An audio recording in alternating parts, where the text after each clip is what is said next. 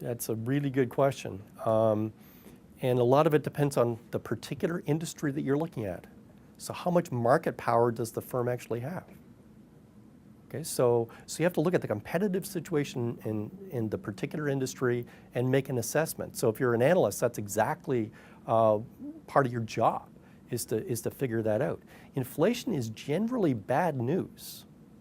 Okay, in today's situation, because people are scared of deflation, you get this paradoxical thing where some inflation is considered good news.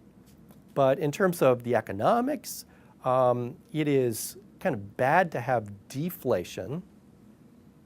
But inflation, again, is like a tax, and it distorts a lot of things, including what happens at the firm.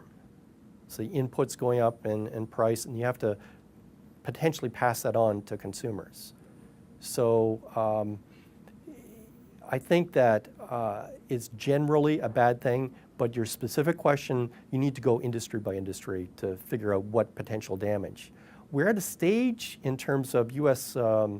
Industry where there's been a huge amount of cost cutting and efficiencies that have been gained over the last 3 years mainly. There's only so much further you can actually cut. We've seen good profit growth mainly due to cutbacks and cost savings rather than revenue growth, because when the economy is expanding at this slow of a rate and you've got so many people unemployed, it's hard to have any pricing power. As a matter of fact, it's sometimes the opposite.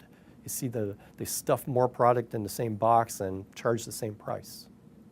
So I think that inflation is probably right now one of the major risks that we face, both in the short term and the long term, because with $14 trillion of debt, eventually that's going to be paid.